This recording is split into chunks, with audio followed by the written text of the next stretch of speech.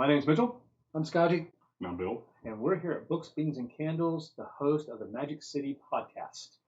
This is something we've been doing for quite a while, and Magic City Pagans used to meet in person, and I think we're going to try to get that going back again in the new year, coming back together face to face. We're still going to do the podcast, Yes. so we'll give our lectures and theories and all the things that we do here, so you can arguments, which we'll probably have tonight. Tonight's going to be a good topic. Oh, yeah. And just let you know that Books, Beans, and Candles is in Birmingham, Alabama. So for those who don't know, come by and see us. So we are a full functioning metaphysical shop, and we're open every day. So this is the this is December edition. It is. It is December edition. So we will be open Christmas Day. Mm-hmm. So limited hours, but we'll be open for like 5 or 6 hours that day. Speaking of the Christmas and Yule type stuff, Mitchell, tell me about the raffle. Oh yeah, we got a raffle. So we'll obviously push this now before the raffle's over because it'd be pointless, to do it afterwards. So the raffle is just we got a big box that weighs about 20 pounds, $300 worth of stuff, and the raffle ticket is only $5. So drawing's gonna be 21st. So we'll put this out right before Yule, so we can actually say Happy Solstice, everybody. Yes. And I hope you have a very blessed one. Good. And starting in January, the first Friday will be Tea and Tarot. Mm-hmm. It's January 5th. January 5th. And the third Friday will be Tea and Stars. So it's going to be astrology. We're going to probably focus on the transits of the month. That would be interesting. So that way, it's something you can do every month. And we're going to add that. Of course, also the witchcraft classes will start. Orientations on the 9th. Okay. That will be live. And then on the 16th, we will meet here. So 101 will be going back in person again. Cool. Very cool. Now, we'll have videos and things like that for you, but it's going to be more in person. Other than that, I think that's really all the upcoming, right. Except the new year, right around the corner. Yes. Happy holiday season to everybody. So tonight, we are going to talk about modern witchcraft in the social media environment. Yeah. How things have sort of merged together. So this is going to be a hot topic tonight because there can be a lot, 3 different opinions right now. I can tell you right now. Yeah. But one thing I want to comment about, tradition. And tradition is usually developed because something worked. And that's why we go back to it. But do not do tradition for the sake of tradition. Things change. Yeah. Now, I'm not saying, throw away everything. No, because a lot of that stuff still works. You're still connected to the earth. And that's sort of what the traditional for us is really that more connection that just really doesn't exist today. Back in the day when you work in the fields or you're herding your cattle and all those things, because you're always outside doing something, you were already extremely connected. It wasn't a thing you had to go get connected. You already were. The hedge witch lived in the old cottage on the hedge down. One of the analogies that really worked well for me with things like this is that of a recipe. So the first time that you're doing a recipe, you're going to be following the ingredients, following the steps to the letter to see how it works out. After you've done it and become comfortable making that recipe, then you start changing some of the ingredients. Then you start adding your own spices, your own herbs to it, changing the time. Maybe you want it a little more done, a little less done. I mean, I think that works the same with witchcraft. It's learning the tradition, but then applying your flair or the things that you have experienced into it. Another thing that happens too with cultures in general is as we develop new technologies, those technologies get incorporated into our lives. We've seen that with the internet, but a more practical or witchy related kind of thing is people have done divination for as long as people could think about divination. Right. But we added cards to that practice after the technology of cards came about. So it wasn't always a thing. No, you're right. You just look at, this will bring us into the whole social media aspect. What point you always had to be present to do a reading. Mm-hmm. Then it was call me on the telephone. Right. Remember Madame Cleo? Oh, yeah. Then it was video, Zoom, social media. Now it's live. So you can see the progression just even through that, how that has worked. And that really brings us to the topic is witchcraft today in social media and the impact social media has had on witchcraft and how witchcraft has been using social media. Yeah. Has it or has it not? Oh, absolutely. We were talking about this earlier. If something happens or you want to know something, the first place we all go to is we go usually Facebook and look somebody up or at least search, or Google search them. Yeah. So it's an instant kind of thing. And what happens? Now I have your picture. I got your name. Obviously you use their name to search them, but you find them. And how much information do we put out there? At one point it was always hide all the information. Now we're just throwing stuff out there. What town we live in, what we we ate yesterday for lunch. We're going to movies. Where our kids go to school. Where our kids go to school. So we're really throwing out a lot of information that you're sort of going, that was usually a big no-no. Yeah. I played that video in class, silent as the trees, Mm-hmm. in your craft about not putting things out there, not, showing people your altars and the spell work you've done because you don't want people to know how you do things. Right. Much easier to undo something if you know how it was done. Yeah. And when I'm doing the videos I record, I have a backdrop that covers my altar because that's mine. That's my personal space. Yeah, mine's just a bunch of stuff I put up there because I haven't had time to really rearrange. So you really can't see too much, just a lot of stones. So let's talk about the social media and how, first of all, I think it's interesting if you're watching us, everything's reversed. Yes. The images are on the other side. So if you have that picture, how does that play into things? Of course, you still have someone's picture, yeah, and you print it out, which you can do very easily. How that would affect if you're trying to do something for someone or give someone. I mean, it could be a prosperity, it doesn't necessarily be a negative thing. See, I immediately thought of puppets when you said that because I'm like, okay, if I printed off a picture and I'm looking at it, well, it's reversed. So if I wanted to do something, let's say something nice, like they hurt their arm, so I'm wanting to put some prosperity, some healing energy towards that arm. I got the wrong arm. I now have the wrong arm. I don't know which arm it is. I have the wrong arm because it's right. If it was something painful, I mean, you're picking the wrong side. Yeah, I mean, that's one of the things. Like, I was sitting here thinking the other day when we got a class, I was like, wow. So what inspired this podcast? It's like, yeah, because I mean, what if someone puts a sigil or something inside on their Facebook? They do a picture, mm-hmm. and you're seeing that picture all the time. Now, this is one of the discussions, a little debates we had even before we got online. Yeah. It's like, does that have power? If I don't know what it means, does it still have power if I'm looking at it? Not that it didn't have power because the person did it, but does it have energy being, like I see it, does it have energy because I'm looking at it? Does it have energy because I'm thinking about it?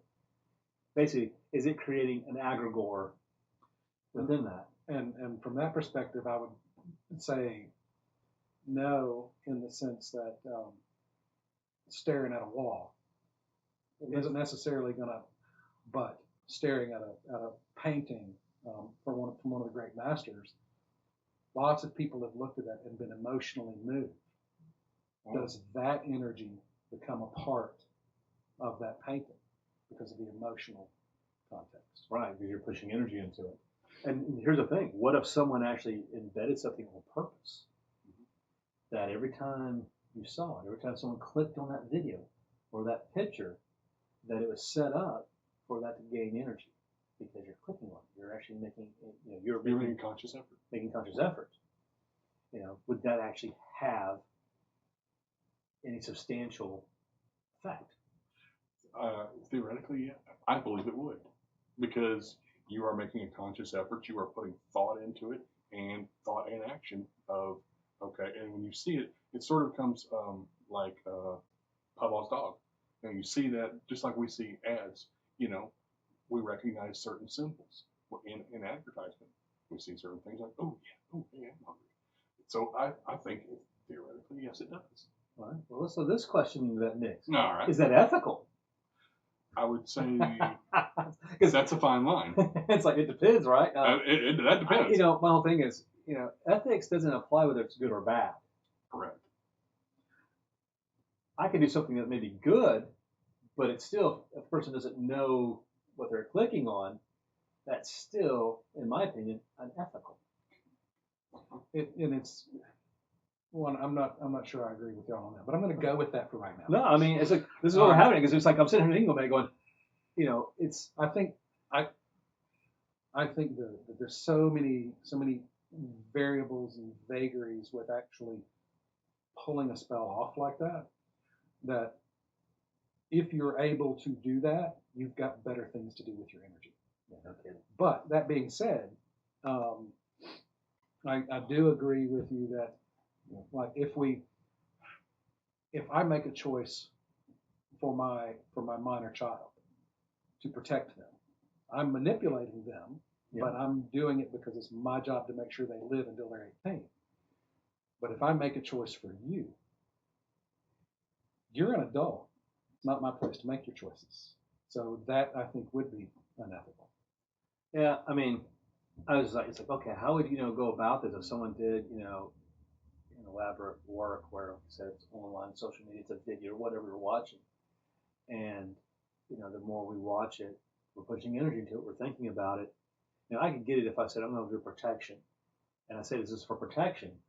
Well, then because now you're aware of what it is, and okay, I'll click on that, but to not describe what it is, to leave that as you don't know that spell work, which is why I would never do stuff on social media. But it's like, but something as simple as a mantra, like while we're talking here, if somebody, if I just was, and every time someone clicked on it, that was, even though that was the symbol for Earth in geomancy, but what if, every time, for example, a lot of concerts the band will be doing, with certain bands, they'll actually be vamping the audience. Yes. The audience knows that, and that's cool. And there's a difference between I'm taking from the general public the energy rising, which is ethical, then I'm creating this environment on purpose to them. Right. It's that intention, which I hate using that word because it gets killed so much. Overplayed. Intention. Yes, it's important, but it's also not the end of the be all of everything. Right. It's the initial engine. But so let's get back into the whole, whether it's Twitter, X, or Facebook, Instagram, TikTok, all these things, what effect do they have? How has it affected our witchcraft?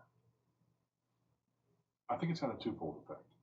I think on the good, it has provided some potential resources for people.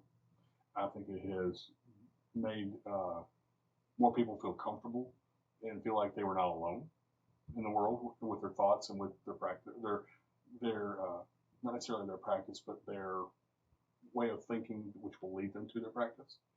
And I think it's also flooded the world with an immense amount of misinformation at the same time. Yeah. Especially in the time. No, I think Bill hit the points. There are lots of folks that have access to things that when we were starting out, we didn't have access to. It wasn't as easy to get, but also the surface level misinformation is a thing. I'm going to go on things, and maybe having all that access is not necessarily a good thing. Right. Because some things are just too easy. Where's the discipline developed into it? Where's the knowledge truly gained?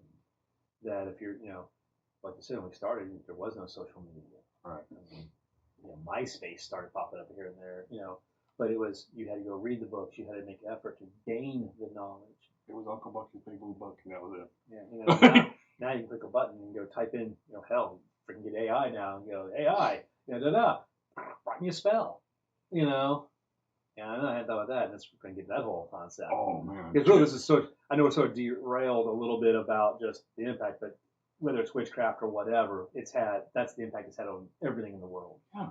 So I don't want to beat that. But I think sometimes certain things are a little too easy. Yeah. I think we need to look at layers of practice. Yes. Right? So there's going to be folks for whom that surface layer of practice is fulfilling and helps them be a better human being, and they don't need that deep stuff. And if that surface layer of stuff works for them, great.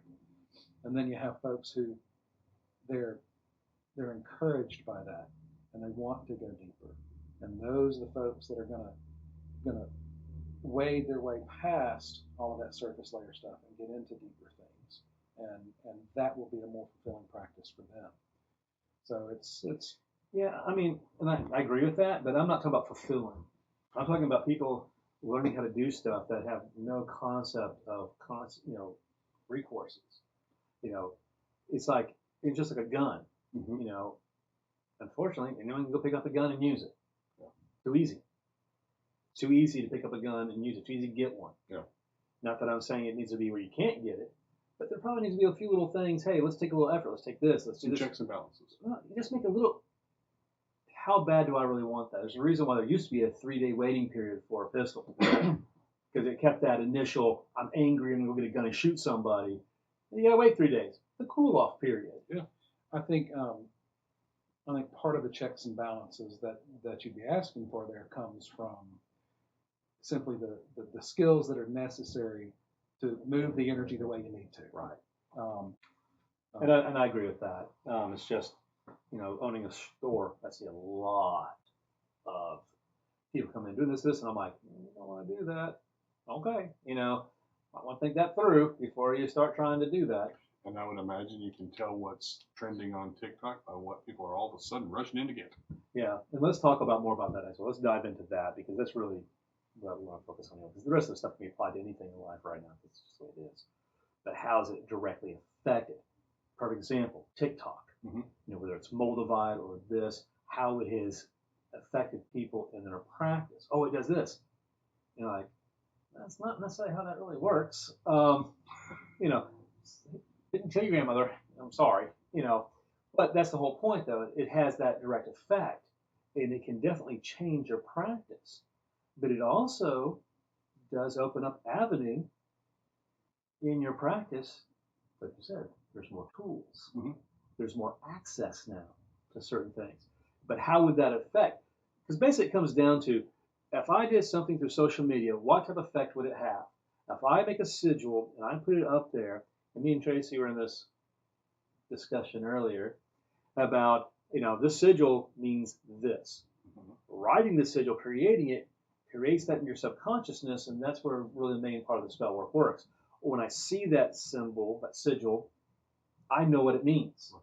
You wouldn't, unless you were here with me developing it.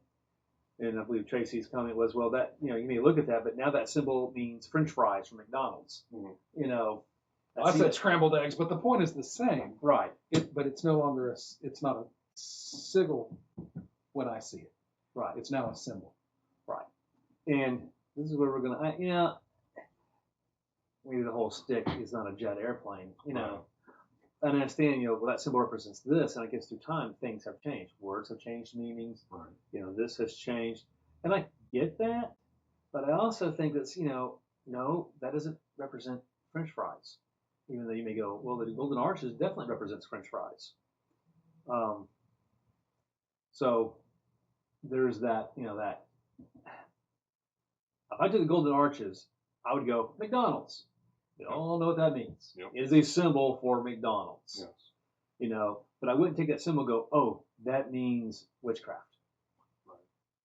So, and this is where you could really start some good bar fights with a bunch of chaos magicians. Oh yeah. And that's the primary thing is the energy that you put into your sigil work. And if I see that and I go, that kind of reminds me of this. It's like seeing, shapes in the clouds. And I take that image and I use that as a focus for my own correspondences. It has valor. Bronzell's big on that. He's real big on even using cheeses and stuff like that. And Bugs Bunny represents something. So, so yes, that definitely, and I get that. It's just at the same time, I'm like, but that's not what that was created for. But to be fair, neither was, symbols that have been used by the Third Reich and twisted and corrupted that were once Hindu, once Norse, and look what they've come to represent now. Right. You see that flag, everyone goes Nazi. Mm-hmm. Regardless, if you rotate it back, that it's all over old buildings throughout America, which just meant peace. Mm-hmm. It's still in flags. It's still in flags. I mean, I can't remember which country it is, but it's But yeah, it's still, it was a wheel to them. Right. So I mean, so yeah, I can definitely to validate your point is definitely like yeah, sure. But the key to that too, I think, tangentially, is if you put that signal online and other people see it, it's not going to empower your working because there's not that. Right. They don't have that. They don't know what it is. Right. They're not conceiving that. Okay, this means this. And let's say I wrote on there, this means this. And when you click on it, you're thinking, oh, okay, basically baiting, Yeah. into that. So, let's talk about, I guess, the nastier side of things. Unfortunately, Okay. this would be someone using the social media to X or baneful energy to a person. Okay. I'm mad at this person, so I Facebook stalk them. Okay. And now I got their picture, and I know what they had for dinner last night. If you're even friends, I mean, you may not friend them, but I can at least get a basic thing.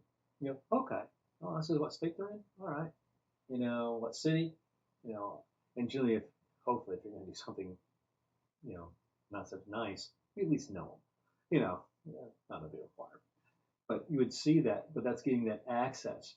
But how effective do you think that would be in a social media environment using that?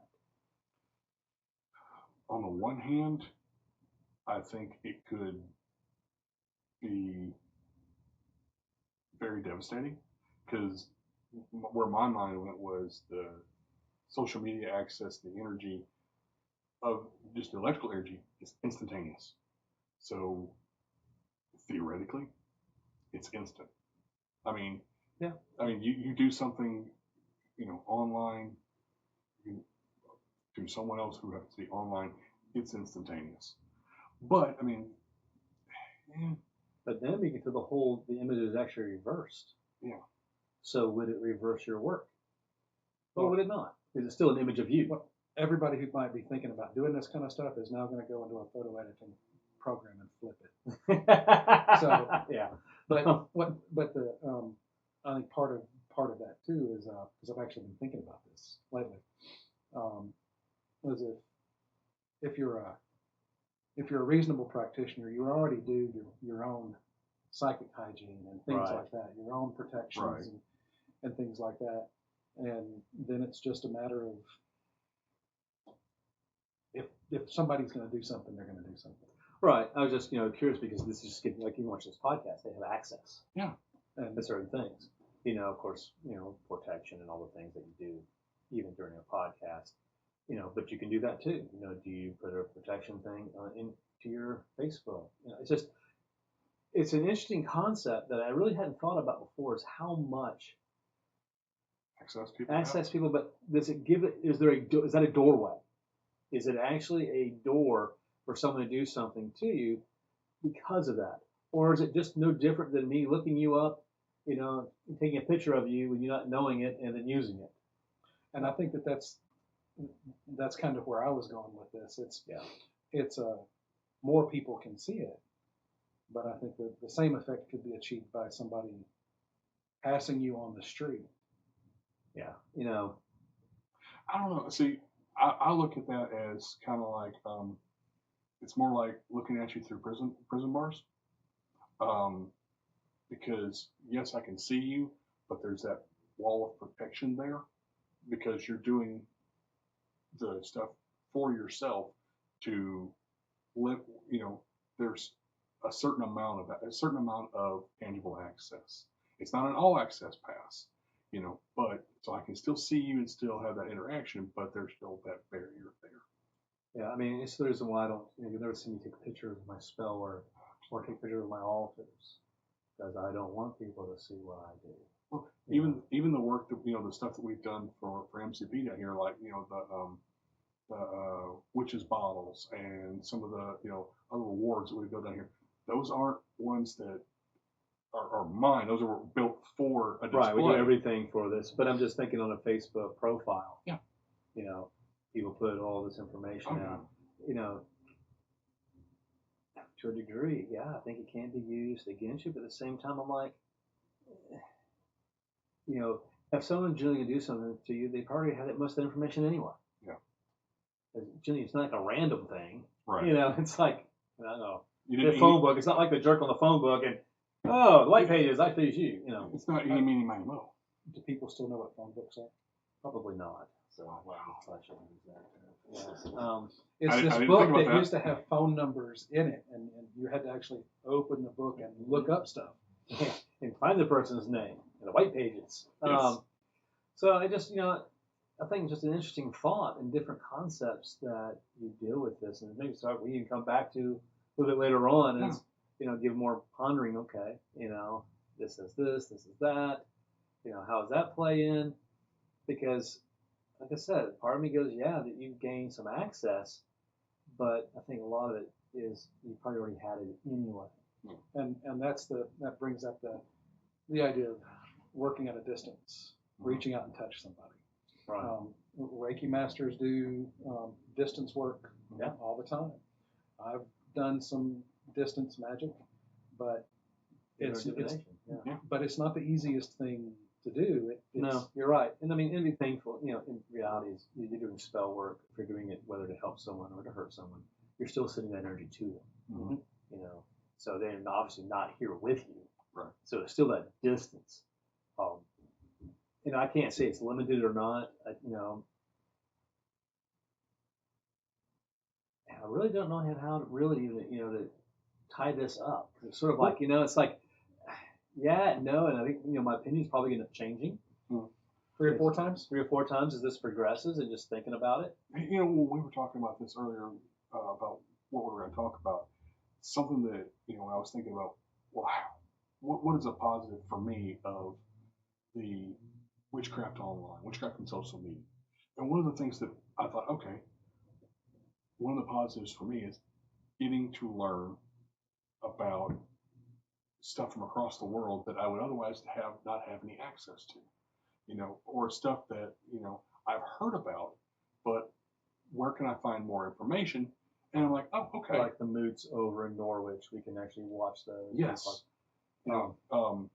So I've been getting, my feed is currently filled with a lot of, Christmas before Christ, and because Yule's coming up, so I've been looking up, different Saturnalia, and different Yule traditions and things like that, and finding a common theme among them and kind of sorting through. Okay, this is that. It's to me, it's really helpful. It gives me more avenues of information to research on my own. Well, we'll finish up with this because you see this a lot. Mm-hmm. Someone has lost somebody or something's happened. Send me prayers. Send me good energy. That's all coming through social media. Yeah. You may not be sending necessarily through the social media, but you saw it on social media. Now you're sending them good vibes. You light a candle for them because you saw that.